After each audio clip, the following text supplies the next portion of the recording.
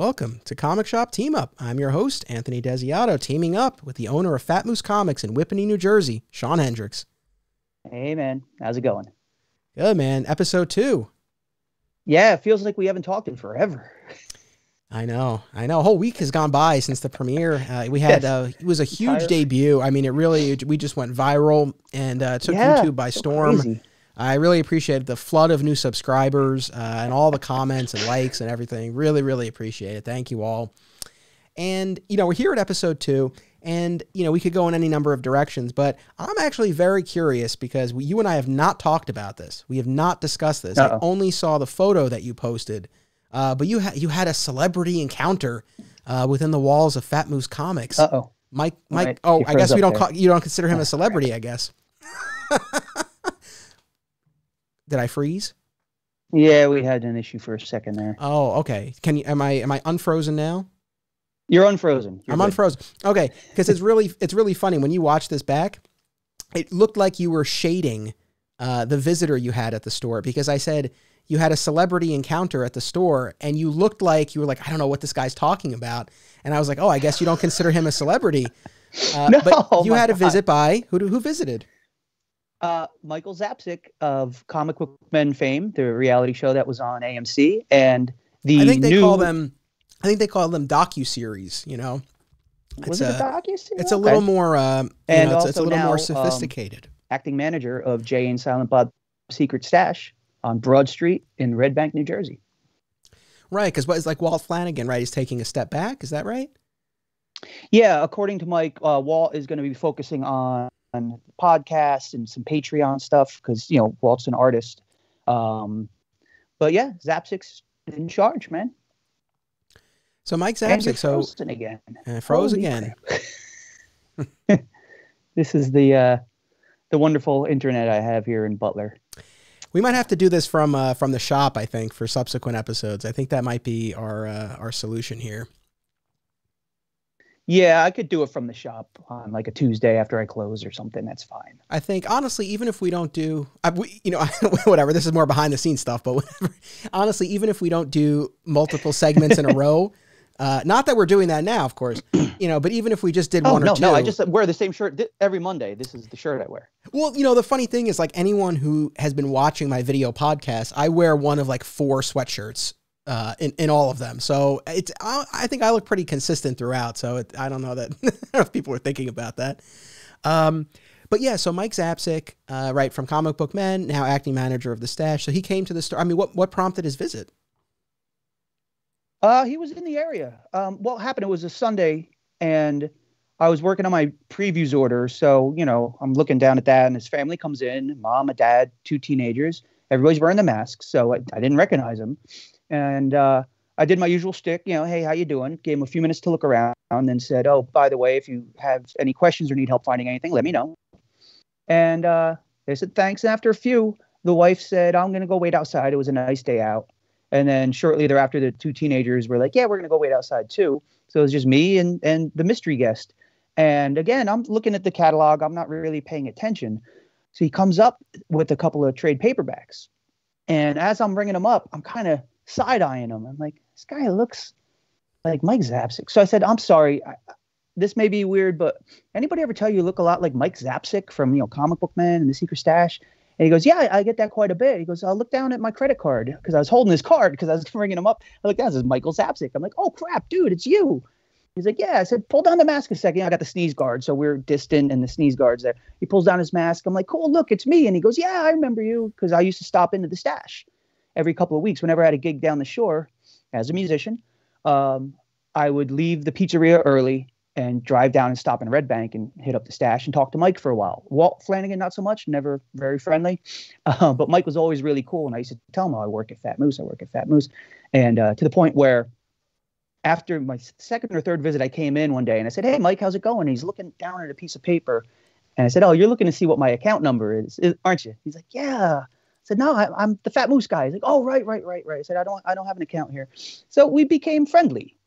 And so he was in the area visiting family or something. He's like, yeah, we're in the area. I remember there was a comic shop, there was Fat Moose. So here I am. And I told him how basically I own the store now. Then he told me that he's running, he doesn't own the stash. It's still Kevin Smith's store, but he's running it.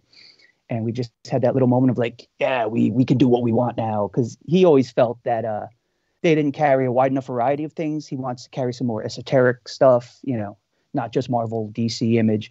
And he's looking at my selection. He's like, yeah, I want to do more of this. Like, you got it. I said, well, I basically doubled my rack space when I took over the store because Matt, the previous owner, didn't order a lot of the more outre stuff, a lot of the small press stuff. But I love that. That's my favorite part of the Diamond catalog. When you get through Marvel and Image and all that and Dark Horse and you get to the weird stuff towards the back of the magazine, that's the stuff I like to really look into, read the solicitation, and take a gamble on it. But yeah, he was very gracious, very kind as ever. That night, his wife put up a picture of them eating at some restaurant or something. She said, oh, we had a great day in North Jersey, and we stopped here and there and went to Fat Moose Comics. So I commented, said it was an honor to have the Zapcic family in my little store. Then she friend requested me on Facebook, and then she commented, oh, it's a great store, highly recommend it to anybody in the area. So it was cool. It was a little, and I gave Mike my phone number. He goes, oh, let me get a business card. I want to start a little coalition of like-minded stores. I said, business cards? Let me hear. I just wrote down my cell number. I'm like, just take my cell number. Like, don't call me whenever, So probably won't, but hey, it was still pretty cool. And then one of my regulars came in while he was there, and he's like, oh, hey, oh my God, it's that guy. So he took a picture with me and Mike. Then I took a picture with him and Mike and sent it to him and my customer Carmine. And this was sweet. It was embarrassing, but it was sweet. He's like, let me tell you something about Shawn. I'm like, oh, here we go. He goes, this guy, man, he puts his heart and soul into this. He makes sure every customer is taken care of, and he's always friendly, and he's always working and improving the store. And Mike was like, oh, the store looks great. And I was like, thank you, Carmine. It's, you can stop now, because I'm just like red-faced and embarrassed and honored, but embarrassed, That's very nice. And also I said to Mike too, I said, his hair's all white, which it wasn't on the TV show, but I knew his hair is white because I've seen him online since then, but he was thinner. And I said, I wasn't sure it was you because you look a lot thinner. And he goes, I run a comic shop. Who's got time to eat? And I was like, dude, right? Absolutely. Because I lost all that weight when I took over the store. We commiserated on how it's so difficult to stick to healthy diet or diet at all, when you're running a shop. It was really cool. It was like, it had been a bit of a rough week. Just a lot of stuff piling up, and I was kind of just feeling down, and having that interaction with Mike, I was like, oh my God, it's so cool. It's so cool. Like, really nice guy. No, that's very cool. No, I'm glad to hear that. I mean, the fact that, you knew him and you were able to reconnect, and, between the TV connection and the fact that now a fellow retailer and you guys could, have that common ground. I think that's awesome. I mean, did you tell him that you're the star, one of the stars of My Comic Shop Country? I made one mistake. I didn't bring up the movie. What? Because we were just talking about, we were talking about so much other stuff. And then it just, if I was a smarter person, while we're talking, I would just take, the Blu-ray and just kind of put it in the tray and fast forward it to my stuff and be like, hey, look at that guy. I'm going to plan on pursuing a friendship with Mike Zapcic. All right. His store is not competition with my store. We're an hour and change apart, I'm hoping he reaches out to me because he's genuinely a nice guy. I feel like he's the kind of guy that if we had gone to high school together, we would have been really good friends because we're about the same age. It's just our Venn diagram really intersects all the things that we're into. So as I pursue this friendship without seeming too thirsty, I will absolutely bring up the documentary, and maybe if you have any copies lying around, drop one off down there for him or whatever. I don't know. I know there was a very limited Blu-ray. Yeah, I literally don't. And that's no BS. Like I made those were to order for the Kickstarter backers. But yeah, of course, I lost mine. I lost it for like 2 weeks. I knew in the shop, couldn't find the damn thing. I'm like, I can't ask Anthony for another one because they don't exist. He doesn't have any. And it's the longer cut, the Snyder cut. And, no, I want to be clear about. I want to be clear about this because I know people like with the different cuts. I really, I'm proud of the Kickstarter cut, but to me, really, the true version is the final cut. It's a little tighter. I rearranged a few things. There's more music. I smoothed a few things out. So to me, yeah, I don't look at it. It wasn't like my distributor made me cut it down or anything like that. This was something that I wanted. So to me, I would not equate the Kickstarter cut with the Snyder cut. But yes, it is a different version. You show up in when a black costume, black suit halfway through, you know. Of course, you know, but they're really rare because so I bought a printer that allows you to print discs. And that's how I, added the artwork to the actual Blu-ray disc. And that printer has been displaying an error code that based on my research, seems to be a fatal error code. So, of course, there are other printers that can print discs, but I'm just saying at the moment, like I truly don't have the means even of creating another one. So you're saying I've got some eBay gold right now, right? It's quite the collect. Not to dress it up too much, but yeah, it's a little bit of a. How many did rare. You have made though? Like, how many are there in existence?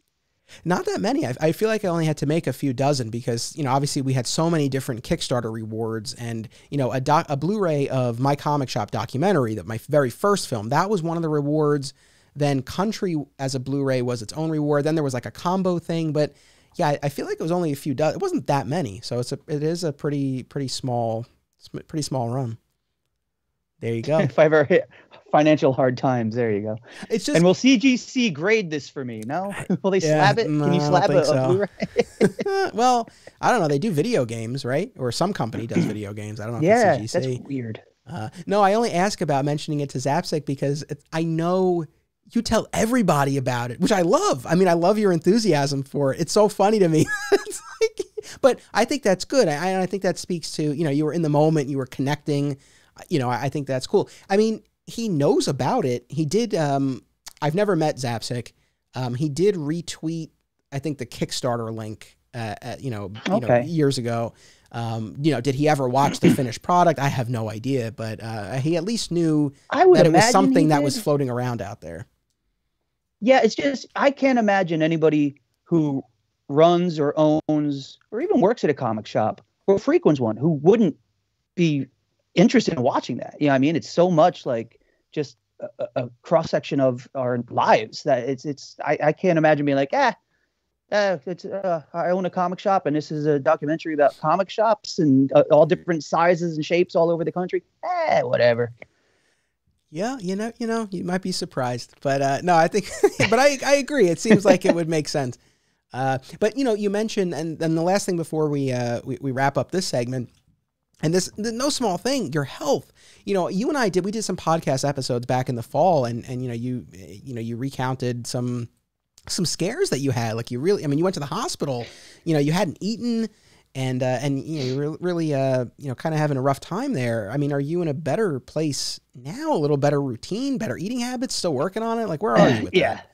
Yeah. All that was just a blood sugar thing. Like, I went to the hospital and they said you just got to eat more and keep your energy up. And I went to a doctor and he was like, you just be better to yourself.